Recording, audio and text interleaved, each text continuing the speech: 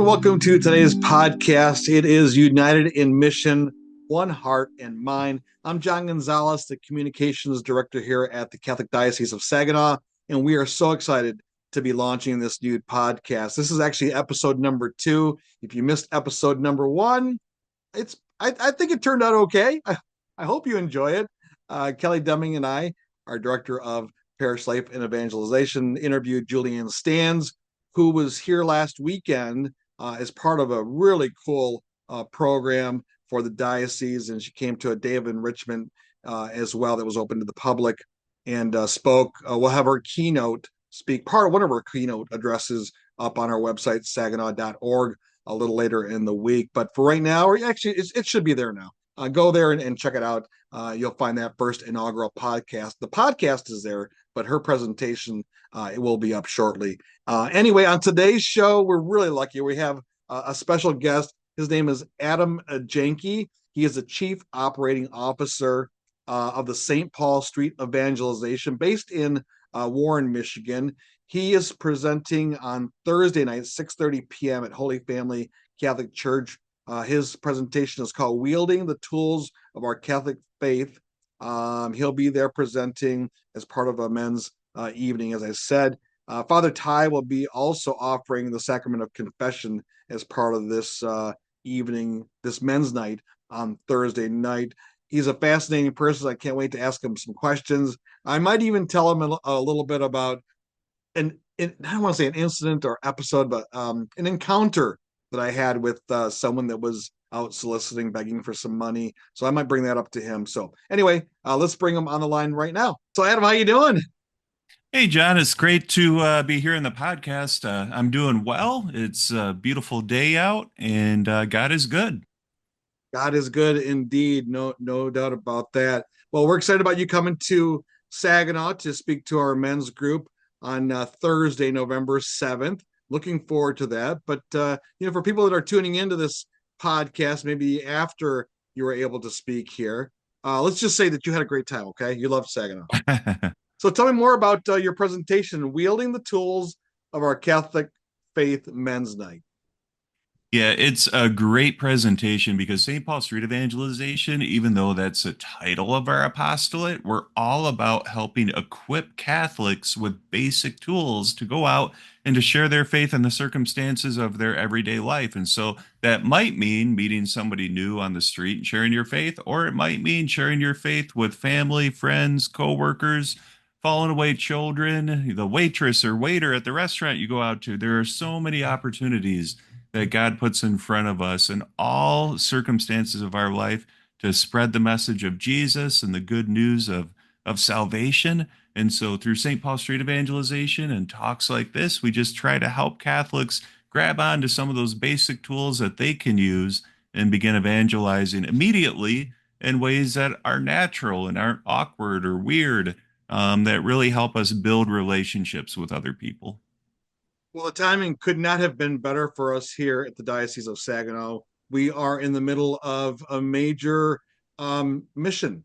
Our mission is evangelization, and it is something that Bishop Cruz has been talking about for a couple of years now, and we're really hitting our stride. He's out there more each day, spreading this message to the parishioners throughout our 11 counties and 56 parishes. We're excited to have you here at Holy Family Catholic Church on Thursday. But let's talk about some of the things that have come up in our discussions when we're out there in public, and that's that people sometimes are a little intimidated about speaking about their faith. They might not feel like they're well equipped. How do you address that to those that come up with those same concerns? Yeah, that's really fair. And a lot of us have this impression of evangelization that one, it's all about apologetics because Mhm. we've heard that for decades. And apologetics can be part of the work of evangelization. Or we get the sense of, well, if I'm not Pope Francis or I'm not the bishop or my pastor or Dr. Scott Hahn or, some famous person or well-educated person, then I don't have anything to share, or I might end up turning somebody away from the faith because I don't have the right answers. But the truth of the matter is, in evangelization, those graces to evangelize others come from the sacraments that we've received. And we're called to evangelize in the ordinary circumstances of our everyday life through sharing what God has done in our own life. And most of the time, it's not apologetics that are on people's minds. So, you think about it, if you and I went down to, let's say, downtown Detroit or downtown Saginaw or Flint, or you name the city right now, and we started talking to people on the street, 99.9% of them, I can guarantee you, are not thinking about why Catholics believe in the fifth Marian dogma, right? They're not thinking about purgatory. They're not thinking about the Holy Mass. They have so many other things on their mind. They're worried about the direction of the country, or they're worried about getting a job, or they're worried about their bills, or they're worried about the health of a family member, or we have all these anxieties and worries and hurts on our mind. And so much of the work of evangelization is doing just what Jesus did. He came into the woundedness and the hurts of the world and of other people, and he was able to minister to them, to talk to them, to listen to them, to build that relationship of trust in order to proclaim the gospel.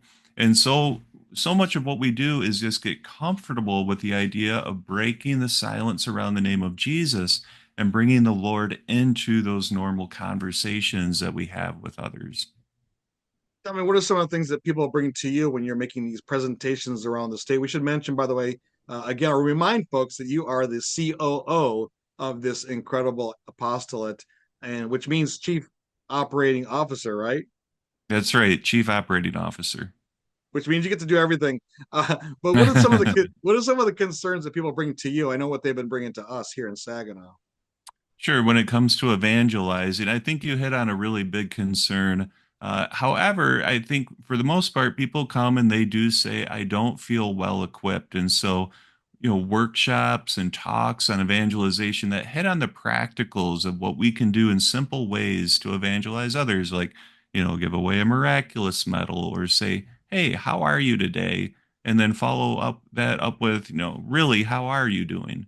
Or, things like, hey, could I say a prayer for you right now? Right? We can all learn and get comfortable just saying a simple prayer for other people out loud. And so I think those are a lot of the hurdles that we face as Catholics with evangelizing. We know the gospel. If I ask the average Catholic, well, when did Jesus die, right? On Good Friday. When was he raised from the dead? On Easter Sunday, what did he come to do to save us from sin? We know those basics. It's just learning not only to articulate them to other people, but invite them into that relationship. And it's really easy to do through prayer ministry, through friendship, through invitation. We just have to learn how to do it. Well, I think that you hit on something there is that we don't have to be able to quote scripture, verbatim, or find what exactly a gospel says this or that. We just need to share our own stories. And is that a part of your ministry as well? I mean, are you sharing stories or listening to stories? Because I would imagine listening is probably a big thing. Yeah, it's both and, right? It's a great both and of Catholicism. And so much of our training is just sharing the stories of evangelizing that ordinary Catholics have done all throughout the country. And when we go out and talk to other people, it's sharing our own testimony, sharing our own story. We can argue doctrine and the existence of God and things like that all day long with people, but a testimony of what God's done in our own life for us is powerful. I was downtown. I was at the Detroit Institute of Arts. Speaking of a story, and we were out there evangelizing, and there was a mom there that kind of dragged her two teenage boys kind of by the earlobes over to where we were evangelizing, and she's like, "Talk to my boys. They really need Jesus." And so I kind of looked at the two boys, were like, "Oh man, moms, am I right?" And they were kind of like, "Yeah." And I'm like, and so we just began to talk, and I got to know them and got to hear their story a little bit more. And by putting them at ease, by using just a 2 minute conversation about where they were at in their own walk with God, where they were at, just in life, I was able to say, hey, thanks for sharing that with me. Offer them a few sacramentals, ask them if they have a church they go to, and they said yes, and say, hey, is there any way I can pray for you? And so just sharing a little bit in each other's life, sharing that story of my own testimony, hearing their own testimony, help break the barrier, break the ice, and be able to make that invitation to Jesus. Well, Adam, I want to share a story that happened to me not too long ago. But before I do that, I would love for you to give us a little bit of your background, because I know we talked off air there, off camera, that we both are familiar with Grand Rapids. You're originally from Grand Rapids. I understand you're a revert to the Catholic faith, right? So I just would love to hear a little bit about your story, and then also more about your apostolate. How did this St. Paul Street Evangelization apostolate actually get together? So some of the background of you and of St. Paul. Sure. So I am a revert to the Catholic faith. I was born in Grand Rapids and I was baptized into the Catholic Church. As I was growing up, my mom married my adoptive father, and so he was Lutheran. And so from the time I was about 4 or 5 years old, we kind of switched over from the Catholic Church to the Lutheran Church, and I grew up Lutheran. And there was a lot of blessings that I remember being part of my Lutheran church. But around the time I was in high school, I was invited to an after school Bible study.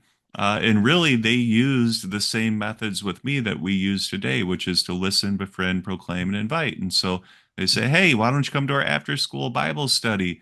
I said, "Nah, that's all right. I'm okay." And they're like, "Hey, there's going to be free pizza there." And I'm like, "Oh, what time and where is this Bible study?" And so I showed up to the Bible study, and there were some cute girls there too. I'm like, "All right, free pizza, cute girls." I'd go on to marry one of them later, and we've been married 21 years now. But yeah, I started going to the Bible study, and through that friendship that I had with all of my fellow peers, they invited me into a deeper relationship with Jesus. And so I had this conversion to Jesus in high school and ended up joining the Baptist church. Now, as Baptists, we have, of course, different homilies and series when we go to church, like on Romans 1 or on Matthew 6. And sometimes the talks that were given to us were about the Catholic Church and what they felt was wrong with the beliefs of the Catholic Church. And so I went out and I started doing ministry that involved outreach to try to get Catholics out of Catholicism. And we had a lot of misunderstandings about what Catholics believed. And so along the way of doing that, I ran into a group of students that worked for a college professor by the name of Dr. Scott Hahn, leader at the St. Paul Center for Biblical Theology and professor at Franciscan University, who's a convert himself and a former Protestant pastor. And so they were very well trained in their faith, these college students, and they began to talk to me about the faith. And one thing after another, through friendship, through dialogue, through listening to them, and through reading about Catholicism from Catholic sources, my wife and I discovered, that at that point, that girl I had married, that I found in the Bible study, right? My wife and I had discovered that Catholicism is not only biblical, but it is historically the church that Jesus founded. And so, through prayer and sacrament, through a lot of hours in Eucharistic adoration as Baptists, right, through praying our rosary, through going to Mass, my wife and I decided to become Catholic. And so we've been Catholic now for going on 20 years. And it's been one of the most beautiful graces in our life, because what I like to say is, the Baptist Church taught us to love Jesus, and we still love Jesus. Baptist Church taught us to love the Bible, and we still love the Bible. There's so much goodness and grace that came out of that. But now we have Jesus, we have the Bible, we have all the sacraments, and we have the unity that Jesus prayed for in scriptures, that the church would be one. And so there's so many other blessings, not only that we took from our Protestant days, but now that we've gained as Catholics as well. It's an incredible story, and you're definitely were surrounded by some great teachers.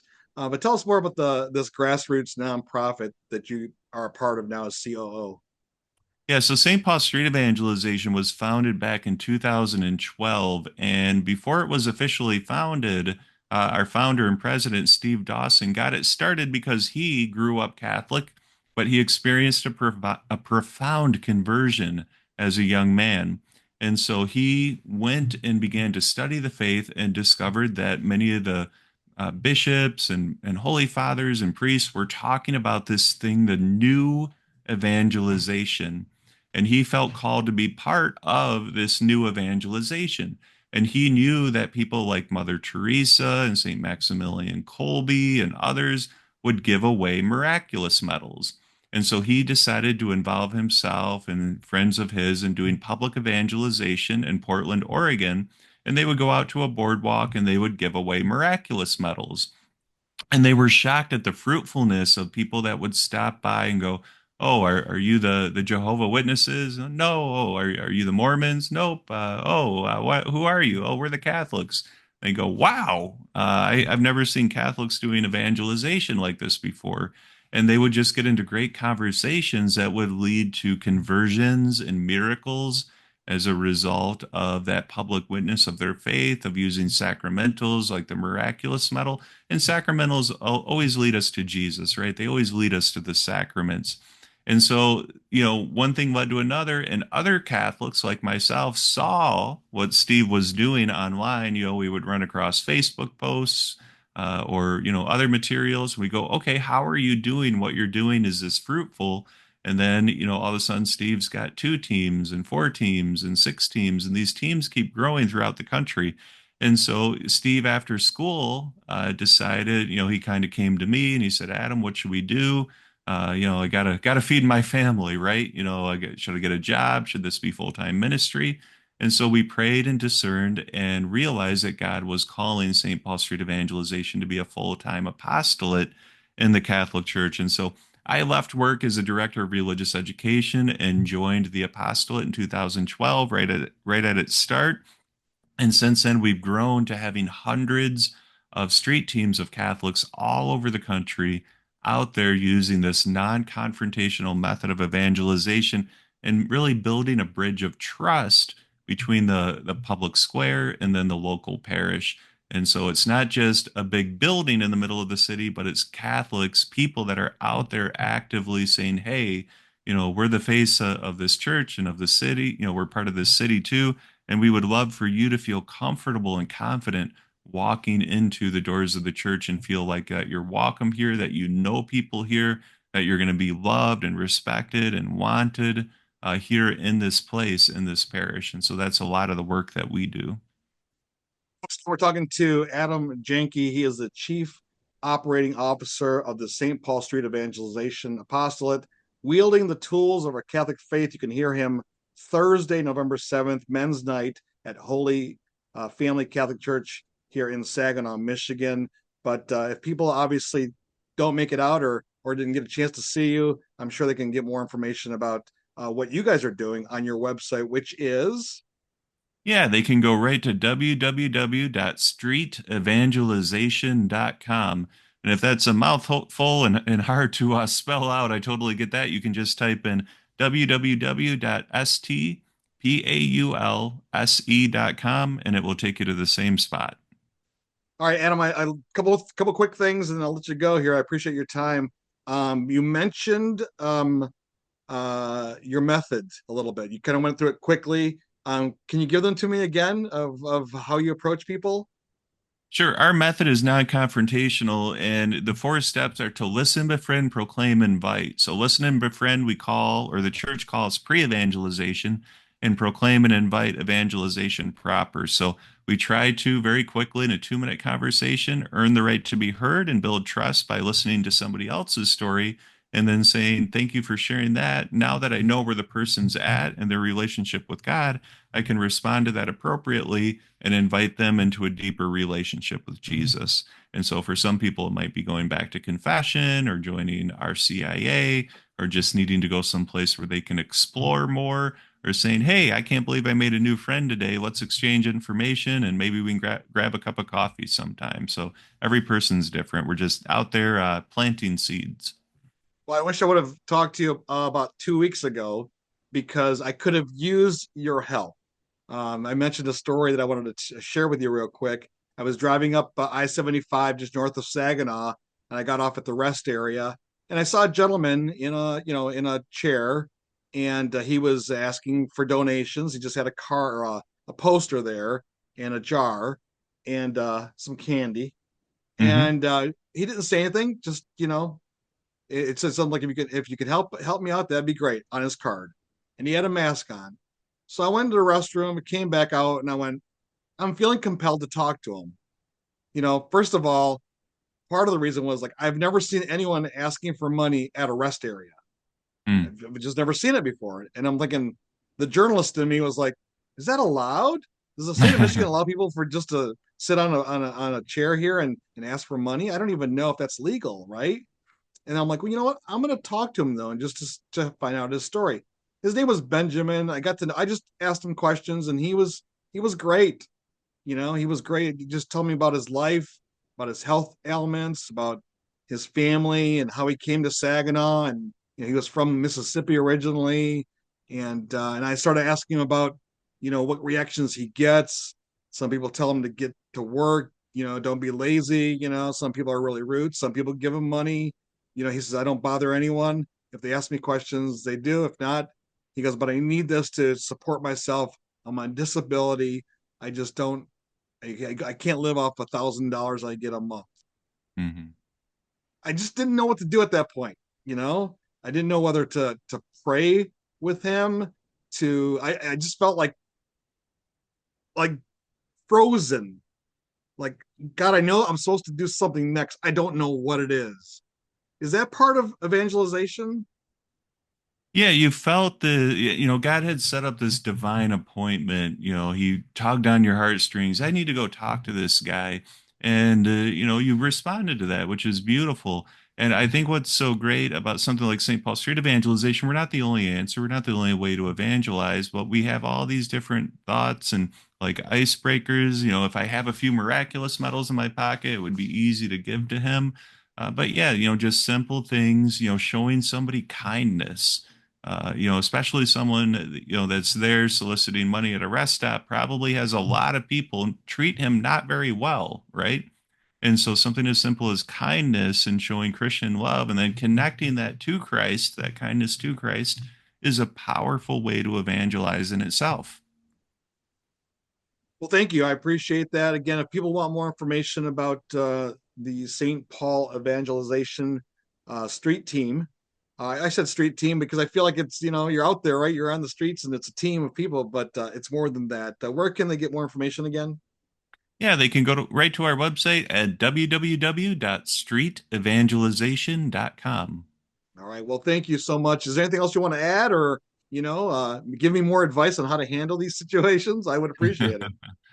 Yeah, no, that's great. Maybe sometime we could come to the Diocese of Saginaw and offer one of our basic evangelization training workshops, which is a full day workshop where we just get together and have talks and food and mass together and small groups and practice and try different things and learn from one another. Well, again, thank you for your time. It was great talking to you, and hopefully we'll stay in touch. All right, thanks, John. It's good to be here. Well, thanks again, Adam. That was great hearing from you. I appreciate it and learning a lot about the St. Paul Street Evangelization Apostolate based out of Warren, Michigan. It was great to have you on episode number 2 of United in Mission, One Heart and Mind, a special podcast from the Catholic Diocese here of Saginaw. Thanks for tuning in. If you want to get more information, just go to our website, saginaw.org. Have a great day, everyone. We'll see you soon.